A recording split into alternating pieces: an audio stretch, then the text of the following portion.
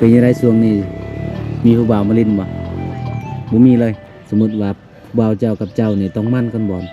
มันกันก่อนบ่บ่ได้มักคามันล้านกีบคือคำมันสัญญาผู้บ่าวผู้สาวตัวนั้นเนาะส่วนกระดองมันตั้งหาก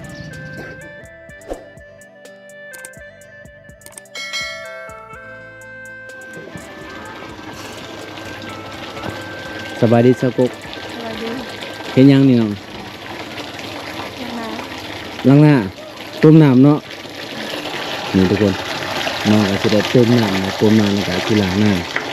ตื่นที่เช้าเลยนะจ๊ะเนาะอืมเช้าเสร็จกี่โมงจ๊ะ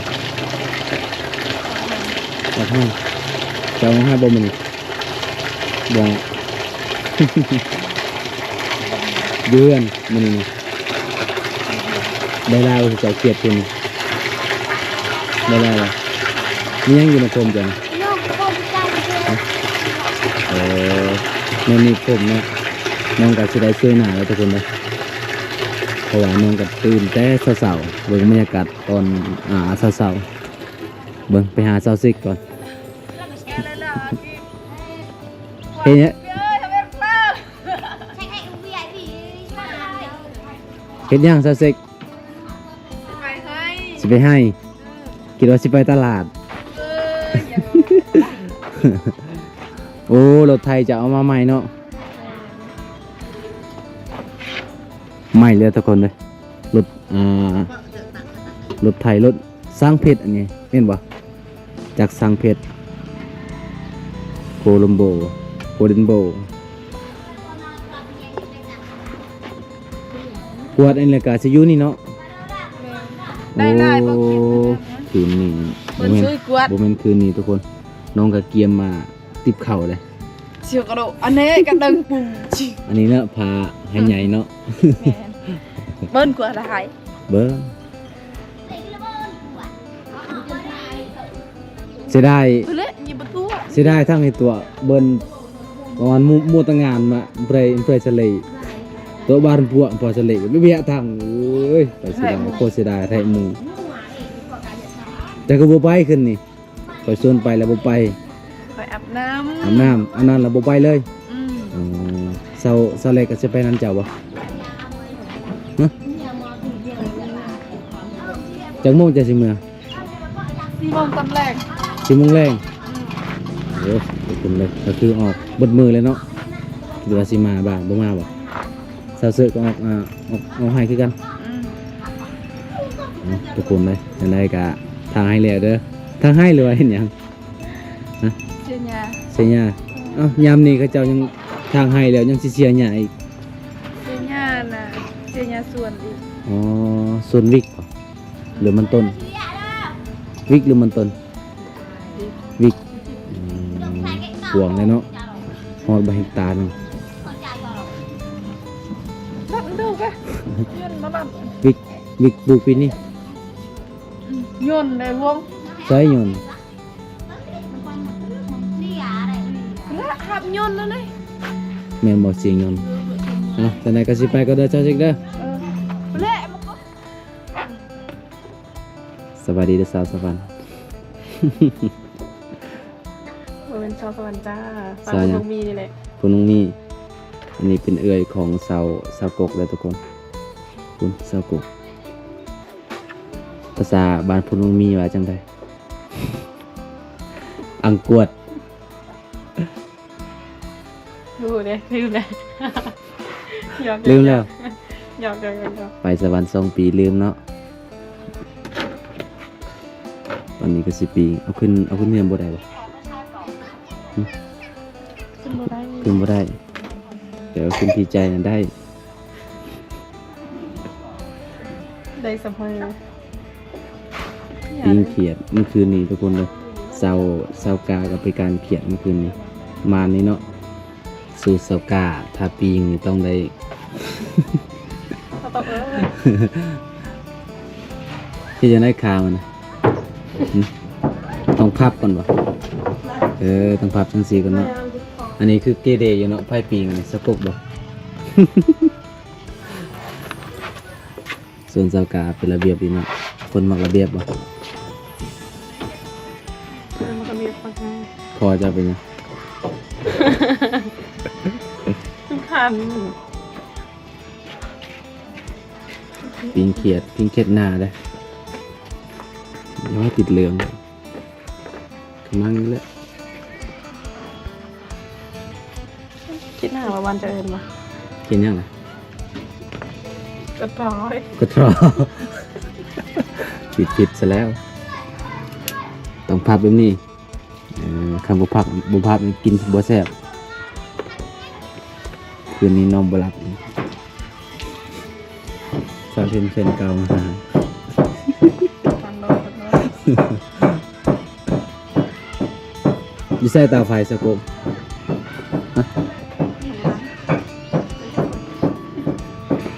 อยู่พุ่นเนาะปุ่นอยู่พุ่นทุกคนเลยน้องก็สิได้ปีอยู่พุ่น ฉันเห็นเราเป็นสองคนคนดี โอ้ไม่เท่านี่พ่นเองเนาะ เป็นเนาะกลัวเจ้าบ่ได้พ่นให้บ่อยไหมฮะ ดอกมีลมการ เมียลมก้าน ลมการ พัว กั ขึ้ บ น บั พัว ดบัดนี่ พัวกับพ่นผ้า อืม สิไปทางให้บ่ไหม ให้ เป็นว่าน่ะ อืม พัวน่ะพี่ลมการทุกคนเลยแล้วก็เมียกับพ่นผ้าได้อทางให้กว้างบ่ อืม สิเอาปีนี้สิเอาจักเฮกตาร์ อืม เฮกตาร์หนึงบ่ปีนี้นะ แม่ สิปลูกมัน อืม โอ้ทุกคนเลยอีเมเพิ่นก็สิได้ปลูกมันต้นได้เพราะว่าเป็นแหล่งรายได้จากหมู่บ้านก็คือมีแต่มันต้นนั่นแหละ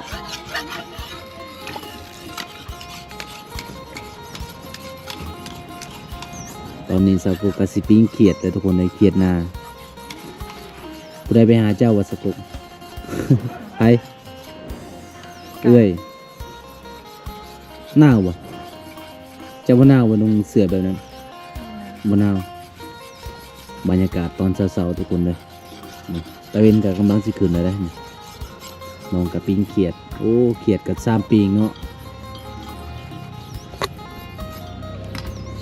เบิ่งเขียดหน้าทุกคน แล้วจากก่อนนะ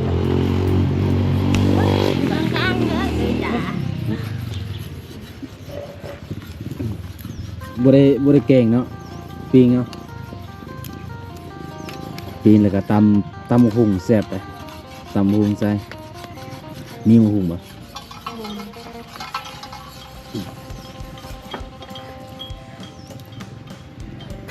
เซาแลดยืนบ่คือจะเอิ้นบ่เห็น ทำไก่ ฮะ บ่ต้องแก้ยืนครัว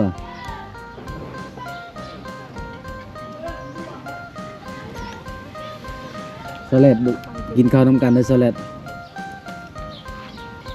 จะโดนตุเด้อ เดี๋ยวเราเบิ้ลเขาจะตั้งงั้นได้ จ้าชื่อฮะ กินแล้วจ้ะนะกินกันไหมยังปวดไปจะว่าสดายเจ๊บ่ฮู้เจ้านะแสดงว่าเจ้าตื่นสวยเนาะนี่ผู้นี่ตื่นแต่เช้า ใหญ่ นี่ กว่ายัง ตื่นแต่4 โมงผู้นี่นะโอ้ ไป4 โมงโอ้คักเลยมึง เอาตอนนี้ก็ปิ้งเกียดทุกคนเลยตาบินก็กำลังสิขึ้นเลยนะต้องปิ้งให้มันสุกไวถ้าปิ้งบ่สุกก็หอนหลายเมื่อวานนี้ก็บ่ได้หอนปานใดแต่ว่ามื้อนี้ก็สิเป็นหอนแหละตาบินออกแต่เช้าเลยเช้าเลยก็บ่ได้ไปใส่มื้อนี้เนาะอยู่เฮือนอ๋อพอดีสิพาไปขุดอันน่ะไปขุดเขียดได้บ่คันขุด ไป เขียด บ่ไปหรือบ่ไปนะไปเนาะ บ่เคยขุดบ่เขียดบ่เคยมีแต่ไปซ่อนเอากลางคืนเนาะ ก็ไปเบิ่งเลยมันนี่นะ แต่น้อยๆเคยอยู่เนาะ โดนแล้วบ่ได้ไปตั้งแต่น้อยผมจนใหญ่ยังบ่ไป อันนี้คือเฮือนสาวแหลดทุกคนเฮือนสาวแหลดคอกแบะแล้วก็คอกไก่มีบ่ไก่มีอยู่บ้านเจ้านะบ่มีแล้วตึกภาคบ่พญาติเนาะ พญาติทุกคนเลยเป็นเพราะมันเงียบเนาะไก่บ่เห็นเลยไก่นะ บ่มีเลย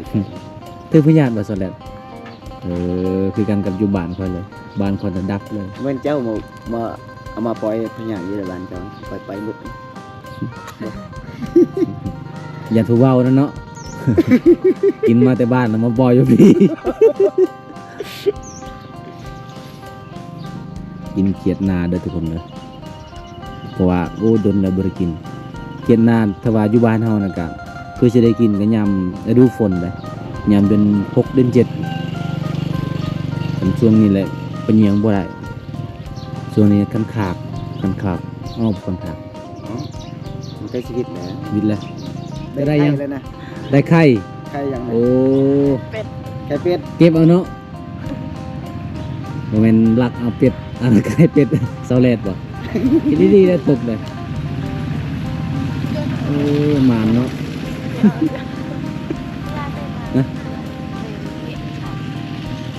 ไข่เจ้าอ่ะบ่แม่นไข่เป็ด ทำไมมันดัง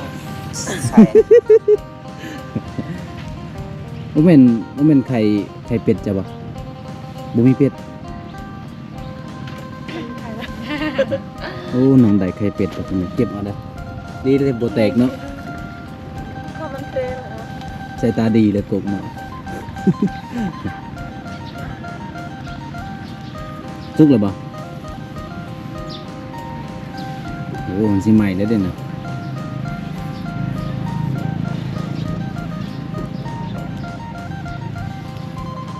เป็นตาแซ่บหลายเด้อทุกคนเด้อถ้าผู้ใดกินปิ้งเขียดบานพุ่นมีนี่ติดใจเลย กินเลยเมื่อบ่ได้เฮ็ดจังไดให้อยู่บ่อยู่ก็ได้บ่หึ กินแล้วกินเขียดที่เจ้าแล้วติดใจให้อยู่บ่ให้อยู่เฮือนเลยอ่ะเป็นยังไงช่วงนี้มีผู้บ่าวมาลิ้นบ่บ่มีเลยอ๋อผู้บ่าวตาบอดดิเนาะบ่เห็นที่เจ้าเนาะ มาหยอกมาเล่นกับน้องๆคือเราทุกคนเลยเจ้าเป็นยังแบบวันนี้บ่ไม่ได้ไปอ๋อพักผ่อนส่วนเอื้อยก็เอาไข่แล้วเด้อทุกคนเลยไปเสียยาเนาะเสียยาหยังมันต้นเอ้าคิดว่าคายแล้วไม่ได้คายหรอจังนั้นมันก็สิเน่าแล้วบ่ได้คายยังน้อยอ๋อ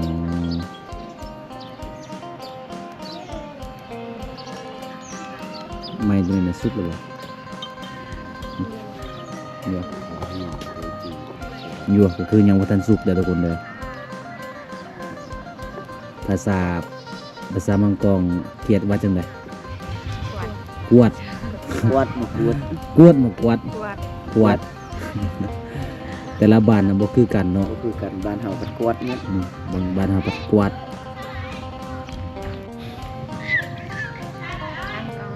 เดี๋ยวอะไรสด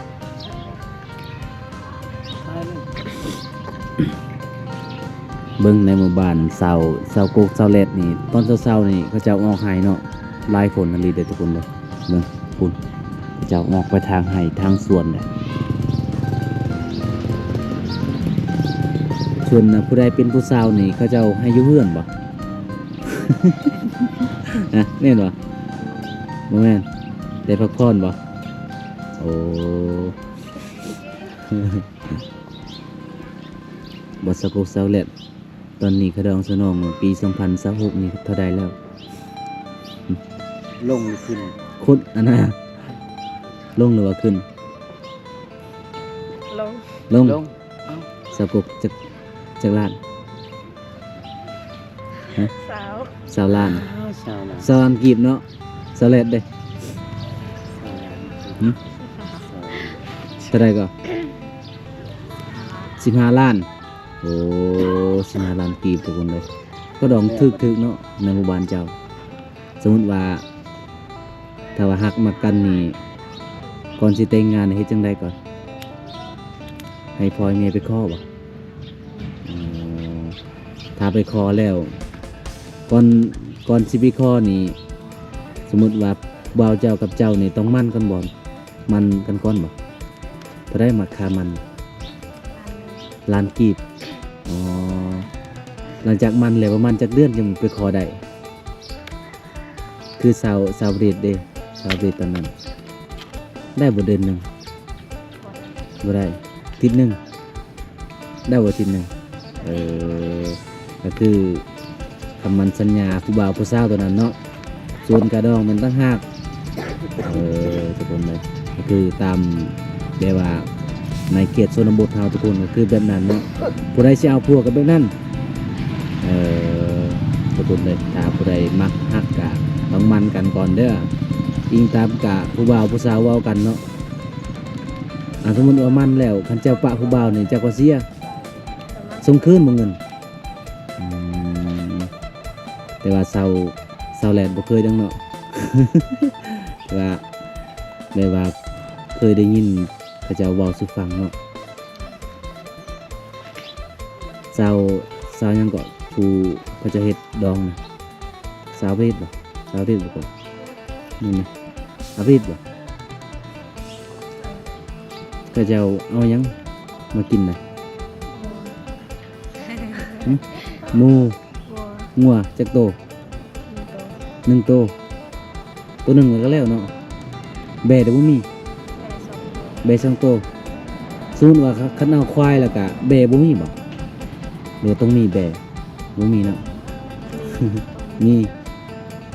ถ้าว่าในฮีตหมู่บ้านบ่วงนี่คันมีควายแล้วบ่มีแบะคือจบเลยอันนี้ต้องมีอีกเนาะ ถ้ามักอายนี่2 โตโลดสิให้แบะ นี่แบะโซแลดมีอยู่นี่จักโตแบะจะแลดฮะ10 โตบ่ 7 โตโอ้ ก็หลายอยู่เด้เนาะ คือสิแพงเลยเนาะ แพงว่าเขาขายได้นี่ตัวนั้นเท่าไหร่ว้าตัวตัวละ2 ล้าน ขันใหญ่เลยนะ โอ้ คันมันใหญ่เนาะ ตัวใหญ่สุด ตัวน้อยดิ ล้านปลายเนาะเคยขายแล้วบ่เคยแล้วเนาะตัวผู้กับตัวแม่ราคามันต่างกันเด้ตัวแม่แพงหรือว่าตัวผู้แพงตัวผู้แพงกว่าเนาะ มันหน้าแบ่พัดแพงผู้ชาย วัดแต่คนเฮาแพงผู้หญิงเนาะ ผู้หญิงเป็นราคาเด้อทุกคนตอนนี้ก็มานั่งมาเห็นกับน้องๆมานั่งลมกันทุกคนสุกหรือเปล่ายังเอาถ่าจนสุกทุกคนเด้อนำว่าสุกตอนใดก็กินตอนนั้น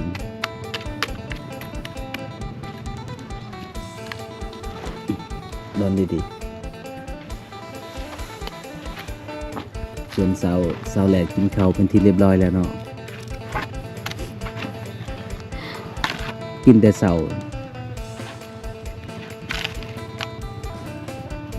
คันเฮาไปซ่อนนี่ขายก็ได้ตะเกียนนี่นะ แม่ เดี๋ยวซื้อเลยบ่เคยขายอ๋อเขียดแน่นอนคือกันคันเฮาไปขายได้ล่ะเขียดตะโอดบ่เขาซื้อนะ7 โต10,000เนาะเห็นเขาขายนะ7 โต 10,000บ่กรีแทงอย่างนั้นกรีต้มขนาดต้มสปริงเบิ้ลฮะเพลงใดก็จะซื้อ7 โต 10,000 บ้านวันนี้หลาย ตัวของหมา บ้านไปวงนี้หลายทำรายการทำดูเดี๋ยวคุยแน่นอนครับเก็บดู สุกแล้วว่าสกกสุกแล้วทุกคนเลยเอาตอนนี้ก็น้องก็สิได้กินข้าวเช้าทุกคนอันนี้คือร้านของเพิ่นเด้อร้านของสกกปันอะไร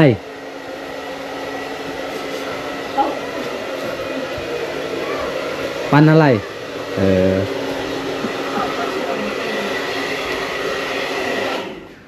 เอาแล้วล่ะแล้วล่ะ พอแล้วน้องเจมมาดี ใช่เกลือหมูอันนี้เจ้าของห้านเด้อพอได้เข้ามาห้านนี่ก็คือฟรีทุกอย่าง กินฟรีนะมาจ่ายทำหลังเนาะ ได้ดี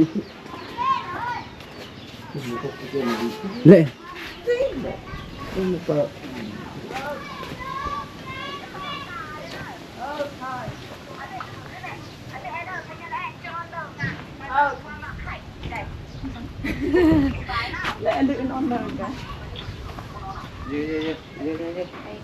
จะได้ ไอ้นก ไทยว่าอย่าง มาไอ้ไปกระไรปะกูเมือง ยังนี่นะ ยังนี่สกบ อะลึ อะลึอะลึก็คือหำเนาะ เกือบหมด สเกลือหมูนักบ่เดี๋ยวใส่รถหน้าก็ได้ฮะใส่รถหน้าก็ได้ มันมาแบบอย่าง ฮะ อันจะลายเป็นเจอไหนเนี่ย ได้บ่เอารถตอนนี้น้องว่าสิไปเกลือหมูเลยทุกคนเลยเบิ้งเท่านั้นแหละเอาใกล้บ่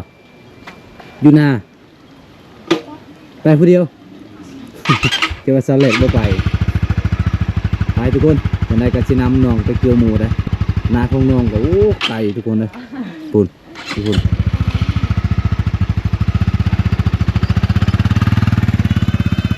ไปแล้วเดี๋ยวโบงก็จะไปนำทุกคนนะปุ่น